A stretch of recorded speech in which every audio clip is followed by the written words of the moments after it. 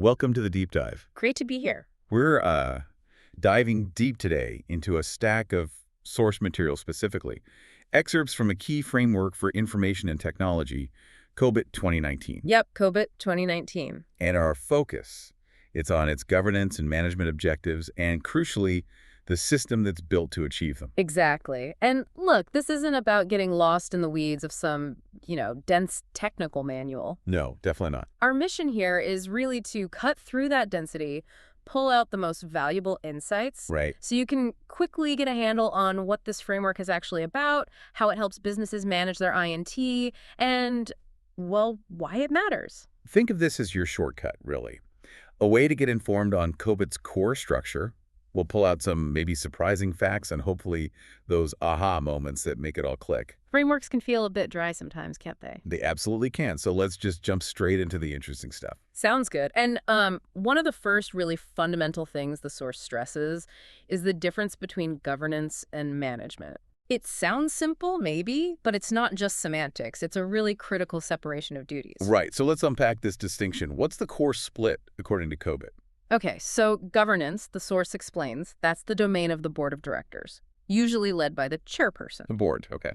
Their job is about evaluating stakeholder needs, looking at the options, then directing things through prioritization, making decisions, balancing different interests, and finally monitoring, checking performance, making sure things are compliant, tracking progress against that direction they set. So they're setting the course, essentially, high level. Pretty much. And then you have management, Right. led by the CEO, the executive team. Their role is about planning, building, running, and monitoring activities. The day-to-day almost. Well, the execution, really. Right. But here's the key link they have to do all this in alignment with the direction that governance set.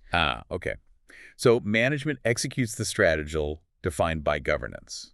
You got it. Governance sets the what and the why. What direction are we going? Why is this important? And management figures out the how. How do we actually build it, run it, keep it going effectively? Precisely. And the framework then lays out 40 core objectives covering the whole spectrum of INT activities. 40. That's quite a few. It is, but it acknowledges that different levels, governance or management, are ultimately accountable for achieving them. Yeah. This clear split is designed to really help with accountability and focus. Okay, that makes sense. Now, you mentioned something about it being more than just processes. That's where it gets really interesting, you said. Yes, exactly. You might think achieving these, say, 40 objectives is just about defining processes, right? Writing procedures. Yeah, that's the common view, maybe.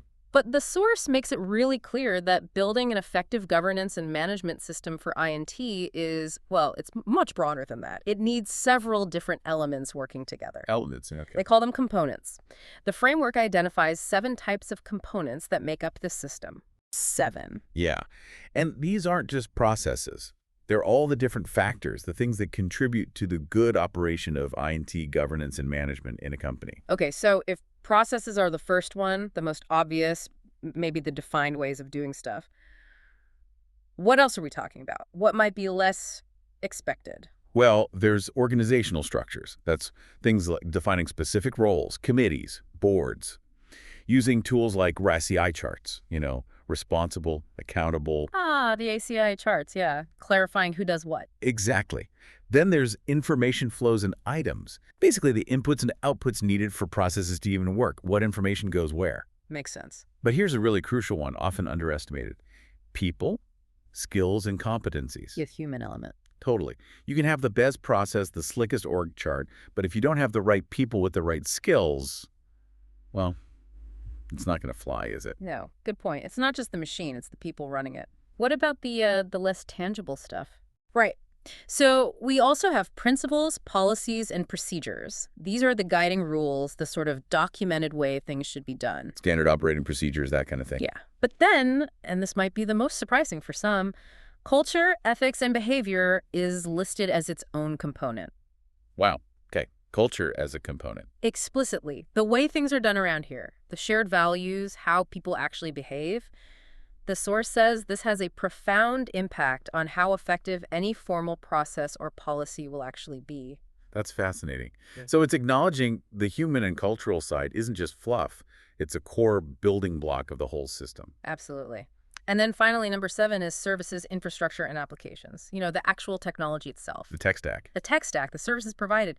But the main point is all 7 of these processes, structures, information, people, policies, culture, and technology, they all have to align. They have to support each other to successfully hit an objective. So a weakness in any one of them Can undermine the entire effort for that specific objective. It's properly interconnected. That interconnectedness, that's a powerful way to think about it. So the framework defines these 40 objectives, organizes guidance for them across these 7 components, and then links them up to higher-level goals. Yes, precisely. Each of those 40 governance or management objectives, ultimately it's there to support achieving specific enterprise goals. Like what? Give me an example. Things like optimizing business process costs or managing a digital transformation program or maybe driving product innovation, business outcomes. Okay, real business stuff. And they also tie into what COBIT calls INT-related alignment goals. These are more focused on INT's contribution, things like managing INT risk, ensuring security, delivering value from tech investments, making sure staff are competent. So you could trace an objective, like, say, managing IT security, all the way up to a broader enterprise goal, like risk reduction or compliance. Exactly. You can see its strategic importance. And importantly, the framework provides example metrics too. Ah, metrics. How do you know if you're actually doing it? Right. It suggests ways to measure if you're achieving those enterprise and alignment goals. For instance, if your alignment goal is realized benefits from investments. AG03, I think you said? That's the one, AG03.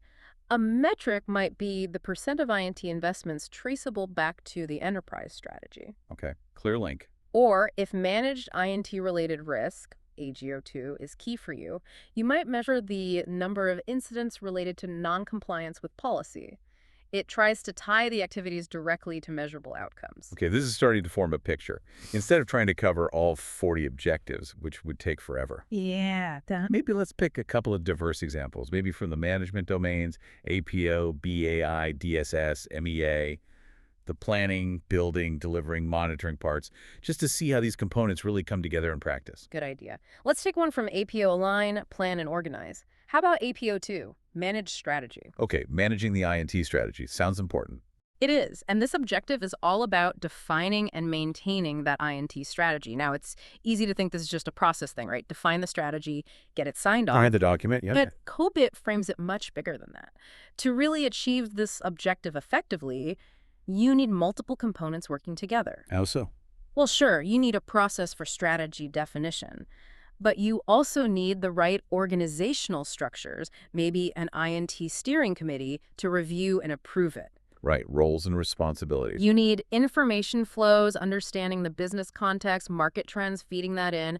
You absolutely need people with the skills to develop strategic options, to think strategically. Analytical skills, business understanding. Exactly. You probably need policies around things like technology architecture choices that feed into the strategy. And maybe crucially, the culture needs to support strategic thinking, needs to be open to change that the strategy might bring.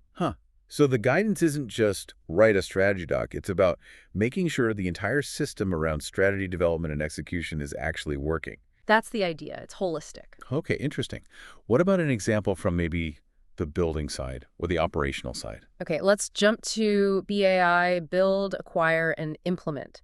How about BAI 08, managed knowledge? Managed knowledge. Okay, knowledge management. Why is that in build? Seems more like an operational thing, maybe. That's a great observation, and it's actually quite insightful how COBIT positions it here. It's in build because capturing, structuring, and making knowledge available is seen as fundamental to building and maintaining effective solutions and supporting ongoing operations. It underpins capability. Ah, okay. So it enables the building and running. Exactly. And again, to achieve this managed knowledge objective, you need more than just a place to store documents. You need processes for identifying valuable information, classifying it. You need people with the skills to maybe curate or structure that knowledge. Making sense of it all. Right.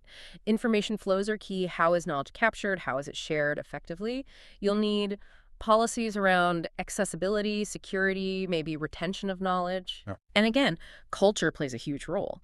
Is there a culture of sharing knowledge freely, or is it all siloed and hoarded? Yeah, that's a big one in many places. So when you look at a suggested metric like, say, % of stakeholder satisfaction with organization of information into knowledge. Right. That's not just measuring how neat your SharePoint site is. It's reflecting whether the whole system, the processes, the people, the culture, the tools, is actually working together to make knowledge genuinely useful for people. It ties the technical activity, like setting up a knowledge base, back to the actual user value, Yeah. which needs all those components to play nicely. Exactly. It's about the outcome. Hmm. Or, let's take one more, maybe from DSS, Deliver Service and Support. How about DSSO4, Managed Continuity? Business continuity, disaster recovery, super important. Absolutely vital, ensuring operations can keep going or recover quickly after some kind of disruption. This seems a bit more straightforward, maybe. Yeah. Have a DR plan. Test it regularly. Well, yes and no. That's definitely the core process part, and it's essential.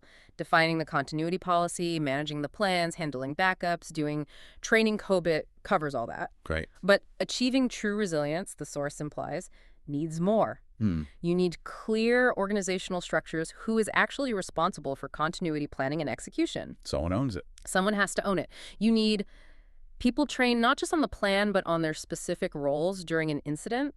Information flows are critical things like business impact analysis results, recovery requirements. They need to feed into the plans. So you know what's most important to recover first. Precisely. You need policies defining things like recovery time objectives, RTOs, and recovery point objectives, RPOs. And obviously the services, infrastructure, and applications component is huge here. Having redundant systems, reliable backups, alternate sites maybe. And I guess culture fits in here too. Is there a culture of actually being prepared, or is continuity seen as just, an annoying compliance thing? Exactly.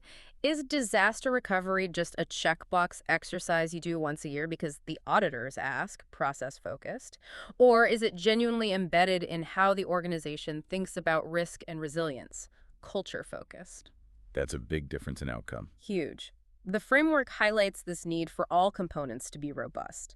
The detailed guidance talks about activities like conducting that business impact analysis, establishing the recovery objectives, regularly testing the plans, training personnel activities that clearly touch on information, people, processes, and technology. These examples really do bring it to life. It shows how COBIT isn't just an IT process list. It's really about the whole integrated system needed for INT to actually support the business properly. It really is. And within this system, the source also makes sure to outline the various organizational structures and roles that are typically involved. Right, you mentioned ROSI charts earlier. Yeah, so beyond just the board and the CEO, you see roles explicitly mentioned like the CIO, the CSISO, Chief Information Security Officer, maybe a CTO, Chief Digital Officer. All the C-suite related to tech. Plus things like INT governance boards, specific steering committees for programs or projects, program managers, project managers, maybe even a dedicated data management function. Lots of different players. And the framework often uses that RCI concept, responsible, accountable, consulted, informed, to clarify who should be involved and which practices related to these objectives. Okay, so bringing this all together then, what does this mean for you, the listener listening to this, if you're working in or around INT? Well, whether you're involved in, say, strategic planning or running day-to-day IT operations, managing security, maybe ensuring projects deliver value, this deep dive into COBIT structure gives you a really powerful lens to look through. How so? It helps you see that getting INT right isn't just about buying the latest tech or just writing down processes. It's much more about ensuring the right people are involved, that they have the right skills, that they're guided by clear policies, operating within a supportive culture, and that all of this is underpinned by the appropriate information flows and, of course, the right technology and services. It connects all the pieces. Yeah. Understanding the framework's components and objectives gives you a kind of structured way to think about it all, to maybe identify gaps in your own area or see how different activities you're involved in fit into that bigger picture of actually achieving the enterprise's goals. Right. So we've taken a pretty deep dive here into the fundamental structure of COBIT 2019's governance and management objectives. We have.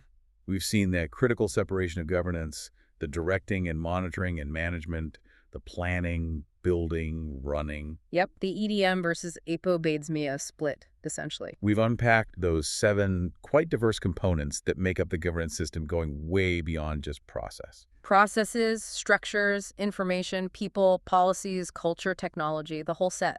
We've seen how objectives link up to specific enterprise and alignment goals with metrics to track progress. Connecting the dots to business value. And we looked at a few examples, managing strategy, knowledge, continuity, to illustrate how these pieces actually come together in practice, touching on multiple components. Yeah, showing it's not just theory, it translates into specific activities and considerations. Yeah. We saw how it outlines roles, metrics, activities, even those crucial cultural And elements. this comprehensive framework, while it's clearly incredibly detailed, very thorough, providing guidance all the way from capability level 0 up to 5, it also really underscores a fundamental challenge, doesn't it? It does, and it kind of leaves us with a big question, really. What does? Well, given this highly interconnected system that we've discussed, built from these 7 very different components, everything from the tangible tech and processes to the much more intangible things like culture and skills, if even just one of those 7 components is significantly weak or maybe misaligned for a specific objective, say,